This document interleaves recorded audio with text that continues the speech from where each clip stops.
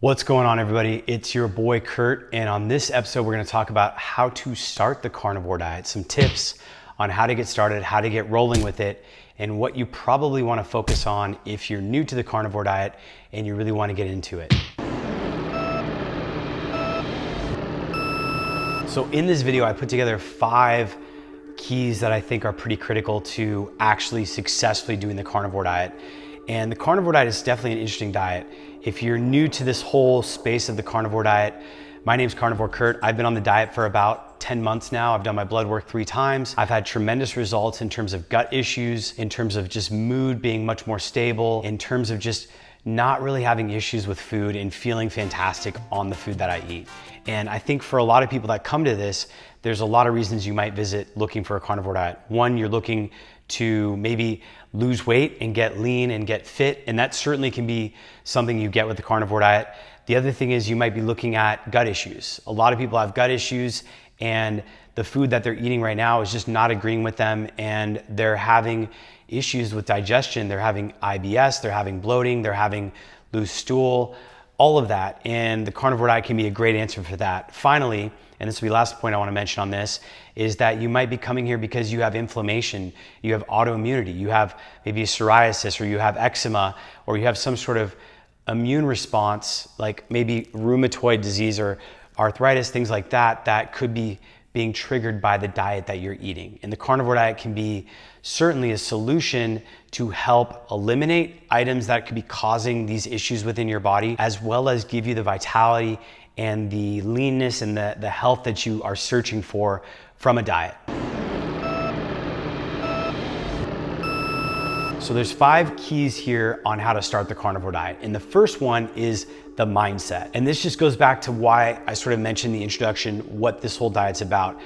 And the mindset is a big piece of this, because this diet is not your typical diet. It's not something that you're going to, I wouldn't say it's hard to do, but I would say that it's going to be definitely a transition for you. If you have been used to eating and snacking on a lot of different foods, then the carnivore diet's definitely going to be a change for you. You're going to find that it's quite a bit more restrictive, and you're going to find it's also quite a bit more simple. Remember, with your mindset, it's all about why. Whenever you're doing something where there's a lot of changes happening, where there's a lot of momentum that you're going against, because you're going to be eliminating so many different items from your diet, and you're going to be changing your habits about how you snack, about what you put in your body, you have to remember the mindset of why you're here. Why are you doing this? And for me, sometimes I even forget, and I have to remember, oh yeah, and sometimes my body reminds me too when I slip up, or if I do have something that just doesn't agree with my gut, I notice it. Even if I don't notice it right away, I notice it within a few days. And so the mindset is a big piece of this. Remind yourself of all the issues that you're dealing with and all the reasons that you're starting this diet. Remind yourself of the autoimmunity, of the goal, of the weight loss goal, of the inflammation, of the gut issues. Remember to have that mindset and to keep those reasons of why you started this diet at the top of your mind. And ideally, you want to be keeping these reasons in front of you so you can stay on track. Number 2 component, I would say, is understanding the key parts of this diet. There are several videos out there, and fortunately at this stage in the game, a lot of the content over the last year that's come up has been really, really good. You can look at stuff from Frank Tufano to Health Coach Kate to my channel, and you're gonna find, as well as my doctor and really good buddy Paul Saladino, Carnivore MD, you can look at all these people and you'll see plenty of content out there about how to do the carnivore diet, why you would wanna do it, what the benefits are, and what kind of things you can see from it. But it's really probably valuable to get a good primer on the keys. So I would recommend checking out my video, the 6 keys to doing the carnivore diet. That's gonna go more to the technical reasons and things that you wanna focus on. In this video, we're actually gonna talk more about how to just get started. So part of your homework, if you will, to getting started is to spend a little bit of time dabbling with other content out there and just seeing what it's all about, why you might want to do it, and then the key components to it. So I encourage you to go do that and spend some time just learning and educating yourself. If you don't do it all at once, that's fine, but get used to learning a bit about this diet every single week. And like I mentioned, check out my video on 6 keys. Understand fat to protein ratio. Understand ketogenic diet if you've never done a ketogenic diet or you're not familiar with that concept. This is a subset of a ketogenic diet. And learn about the micronutrients. So macronutrients are things like protein, fat, carbohydrates. Micronutrients are like the vitamins like vitamin A, vitamin B, vitamin C, D, and E. F, G, H, I, J, K, L, M, N, O, P. As well as other things like your electrolytes and minerals like calcium, potassium, sodium. And so you want to understand how all these minerals and these micronutrients come into your diet to get a good wrap around how to do the carnivore diet right. If you do a diet that's a carnivore diet and you're just eating ribeye steaks, you're probably going to be missing out on critical B vitamins. You're going to be missing out on critical enzymes, maybe copper, some of your minerals, because ribeye steaks are great, but keep in mind they're coming from the rib of the animal, and your entire body is not just made up of ribs. So it's really powerful diet because biochemically speaking, it's very similar in biochemistry to the human body. Plants are a completely different operating system. They generate energy, they generate cholesterol. They don't even generate cholesterol. They have other cholesterol-like molecules. But in general, the beauty of the carnivore diet is that you're biochemically taking in all the things that your body is made up of from animals. So number 3, focus on fat adaptation. This is a ketogenic diet.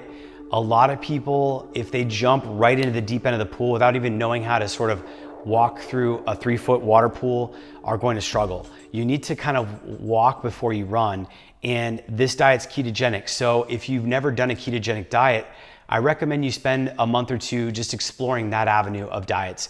It's not as restrictive. It opens up your arena. You can still try to be a carnivore, but you don't have to put the stress and the focus and the restriction of being a pure carnivore to go into ketosis. And if you're in a ketogenic diet, there's tons of resources out there. The main goal there is your macronutrients, meaning the fat to protein to carbohydrate intake is largely fat. So your fat intake is going to be around 70 to 80% of your diet. Protein is going to be around 20 to 15%, and your carbs are going to be 0 to 5%. You're really not going to have any carbs. With all these diets, a big piece of it is getting rid of what's spiking your insulin levels, getting rid of that insulin resistance in your body that is wearing down your systems and really causing the pre-diabetic conditions and the metabolic syndrome that is wearing down your system. We're just not designed as humans to be eating the levels of sugar, no matter what kind of sugar it is, whether it's from a natural fruit or from a big potato or starchy vegetable. We're just not designed to be consuming that much carbohydrates and that much sugar in our diets. And so a big part of this diet is doing it in a ketogenic way. And if you haven't ever done a ketogenic diet, I recommend going down that route and trying that out. Now for ketosis, there are tons of videos. I haven't personally done any videos about ketogenic diet, but the carnivore diet is a ketogenic diet. So I guess I have talked about how to do the carnivore diet and what a ketogenic diet would be.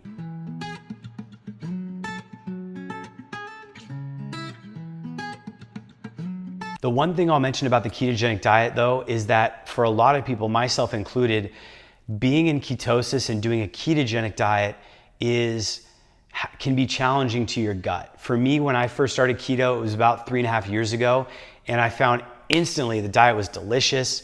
It felt very nutritious. It felt really satiating, and I felt like my energy levels were quite good, but I had tremendous gut issues. I would find myself with loose stool a lot of the times. I would have gas. I would have just runny.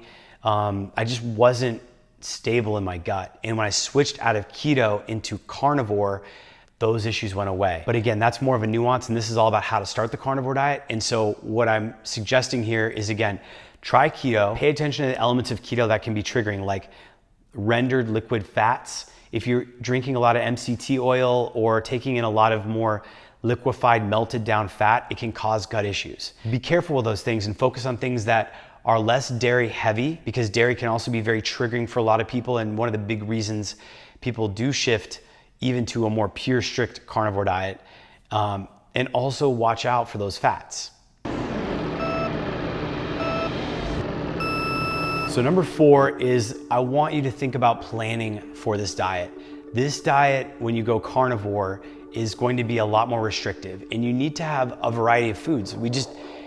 Personally, I can't just eat the same thing every day. If I had a big freezer full of ribeyes, I'd be pretty happy, but I can tell you right now, ribeye every single day, I'd probably go crazy after a couple months. And I've done ribeye every single day for a month and a half. And I can tell you, you just don't want pizza every night. You don't want burgers every day. You don't want spaghetti every night. You want to have a little bit of variety. So finding good sources of food and planning is a really good way to get ahead and be prepared to succeed on this diet. And that comes down to understanding more about the animal. When you eat a really well-built carnivore diet, you're eating a nose to tail diet. You're basically focusing on trying to get nutrition from all parts of the animal.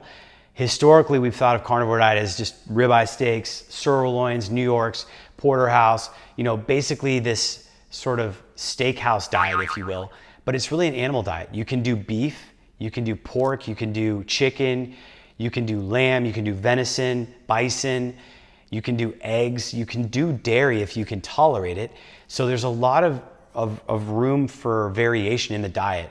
My personal experience is if you are doing this for elimination reasons to kind of see about autoimmunity, or if you're doing it for gut issues, you want to try to dial it in really strict. But again, this is how to start. So at first, maybe you just eliminate some of the more broader things and then go down.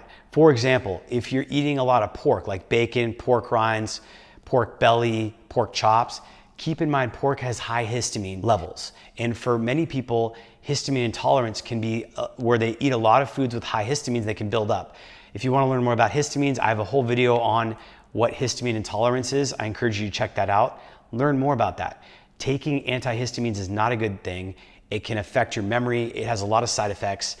But again, that's just one example of why you might want to go really strict on this. Beef in general has some of the best omega-3, omega-6 ratios when you get grass-fed beef. And the organs are another thing you want to plan for. Organs can be a bit tricky to source. 2 of the biggest organs I highly recommend checking out are kidney and liver. With liver, you're getting almost every vitamin you can think of. You're getting tons of copper. You're getting pretty much all the micronutrients you could possibly need. And that's because the liver is the body's main sort of supplier in the bloodstream of what you take in from the gut. And so it makes sense. If you're eating the liver, you're going to get all the nutrients that are stored in the liver.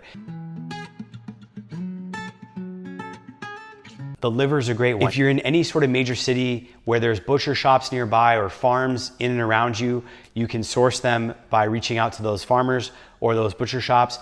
If you are in the United States, you can reach out to, on the West Coast, US Wellness Meats. They have a website. You can go there and you can order liver online. You can have it shipped to you on dry ice.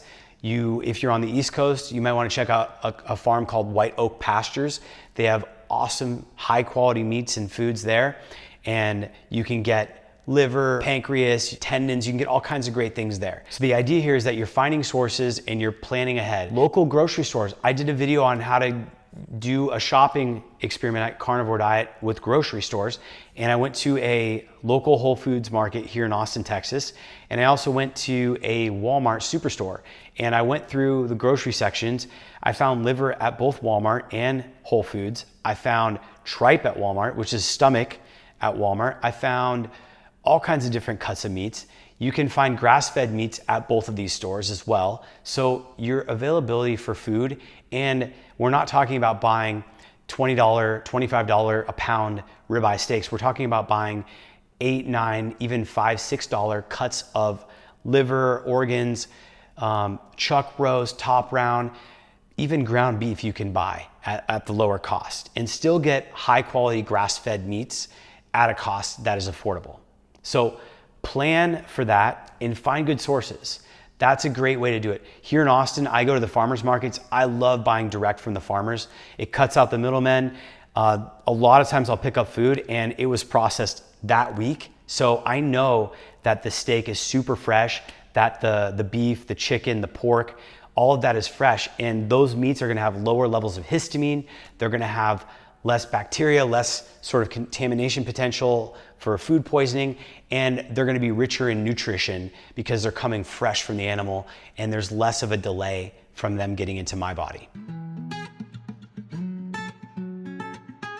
One other trick about finding your sources is if you have ever had gut issues with ketogenic diets or high-fat diets, my experience is that rendered fat is the main culprit. And rendered fat is liquefied fat. So if you slow cook your meats and you're drinking that broth with all that melted fat in there, or you grill up your steaks and you melt down all that fat, or you put tallow, which you can get, it's Epic brand tallow. It's basically been processed liquefied fat. If you get that and you put that in your food, it can cause gut issues. And for me, it was a huge culprit for why I wasn't feeling the best for the first few months I was on the carnivore diet. So I highly recommend you check out White Oak Pastures or US Wellness Meats. Or here, what I do in Austin is just go to the local butcher shop and I call ahead and I can order fat trimmings from their cuts. I can go also to the farmer's market and reach out to the farmers ahead of time. Oftentimes they'll bring what's called suet, which is a organ meat, kidney fat that's not rendered, it's raw fat from the animal processed. And this fat is rich in fat-soluble vitamins. It's where the animal stores a lot of those vitamins that you want. And it's also going to be an excellent source of nutrition and macronutrient for you when it comes to getting your ketogenic aspect of the carnivore diet right. So the fifth point I want to mention is being patient. The carnivore diet, just like any other diet, requires a lot of learning. It requires a lot of adjusting. You're breaking a lot of habits. Maybe you love avocados. Maybe you eat a lot of spinach and kale. These were things I ate a lot of up until I learned a little bit more about them and how they agree with my body. And I found that I just felt better without them. I found that the nutritional bioavailability of what they had, as well as some of the things, the toxins in them, such as oxalates and phytic acid, were not beneficial to my body, into my system. And so when I realized that and I made the transition, I found that it was a lot more beneficial, because this thing is so deeply ingrained in society that we shouldn't be eating red meat, we shouldn't be eating a high-fat diet, that it's unhealthy for us, that you have to be, you have to kind of break through that barrier and slowly kind of ease into this and transition to this. The other thing I'll mention is that when you're on a carnivore diet, you're going to be probably feeling some gut issues for the first couple of weeks. And that's probably a transition of the gut flora, because anytime you're doing something where you're eating something very different from what you're typically used to, you're gonna find that you might have some gut issues. And that's not to be concerned about if you follow the tips. If you look at my keys, if you watch a lot of my content, I have a ton of videos supporting how to do this diet the right way and how to avoid gut issues. I talk about them in great detail. I've dealt with gut issues for 25 years of my life, and I have a lot of experience kind of moving out of those issues through the tips and the techniques that I've learned through mastering the carnivore diet. So be patient with yourself. Keep in mind that there are things like histamines, dairy, egg allergies, pork for example, as well as charred foods. All these things can be things to watch out for, which I've also mentioned a bit about in certain other videos that you can learn about. So let's summarize what we just talked about. When you're starting on a carnivore diet, it's really important to focus on your mindset. If you don't remember the reasons why you're on this diet, the level of restrictiveness that it has could be a bit overbearing, especially when you're not reminding yourself of the gut issues, the autoimmune, the vitality, the weight loss that you're going for. So keep your mindset focused on the reasons why you started and why you're keeping on this path. The second thing is to understand the key components. Educate yourself on omega-3, omega-6 fatty acid balance. That helps with inflammation. Think about your micronutrients. Where in the animal are you taking in nutrition? If you're not eating a nose to tail diet, you may be missing key ingredients. Things like your vitamins from things like liver or kidney that you're not getting, that you will want to be mindful of. You want to be adding these components into this diet so you can get them. Come in fat adapted. Start with a ketogenic diet first. Don't try to push yourself into a ketogenic carnivore diet if you've never even done keto. Start with keto. Feel free to dabble into the carnivore space, but but maybe give yourself a month or two of just being purely keto, where you can deal without being on carbs and sugar before you move into being without plants and being without any sort of fruits and vegetables of any kind. Find your sources. This is key. This is what really, I think, separates the amateurs from the pros. When the pros are playing the carnivore diet, they have all of the organ meats dialed, they have all their high quality sources of grass-fed meats, and they know which types of cuts and which types of meats are good for both themselves and their bank account. They're not necessarily paying through the nose to get high quality meats at their Whole Foods. They're actually finding butcher shops, they're finding local farmers markets, or they're ordering online in bulk to get good discounts. And be patient with yourself. This diet will not snap into effect in one moment. It's gonna take you a few weeks to kind of transition, especially if you're not even coming from keto, which again, I don't recommend. But either way, you're gonna be transitioning your gut, your flora, the microbiome, everything's changing. So you're going to be dealing with new elements in your diet and how your body responds. If you feel like you're going through this diet and you're just not feeling good and it's consistently bad, take a look at some of the keys that I've mentioned before in some of my other videos. See if you're actually doing them. Are you getting enough high quality raw fat, not rendered? Are you restricting it down? Are you eliminating some of these high histamine foods and some of these triggering things like maybe egg yolks, which could cause allergies? So look at some of these components and see if you can dial it in even tighter to see if you can actually get to a level where you feel optimal, because the carnivore diet really should be fun. It should be empowering. It should give you vitality. You should feel amazing on it. And if you do it right, we're seeing tremendous results. And personally, I can say without hesitation that this is probably one of the best things I've ever done for myself, for my health, for my wellness, for my clarity. I hope that was helpful. If you've made it this far, hit that like button. Send me a comment. Let me know what your experience is on the diet, how long you've been on the diet. And if you're new to the channel, subscribe, hit that bell icon just to the right so you get notified when I have future videos. I put out videos twice a week on Wednesdays and Saturdays, and I'm all about the carnivore diet and biohacks that complement the carnivore diet and really build you up and focus on making you the best that you can possibly be. So thanks for watching and have a great rest of the month.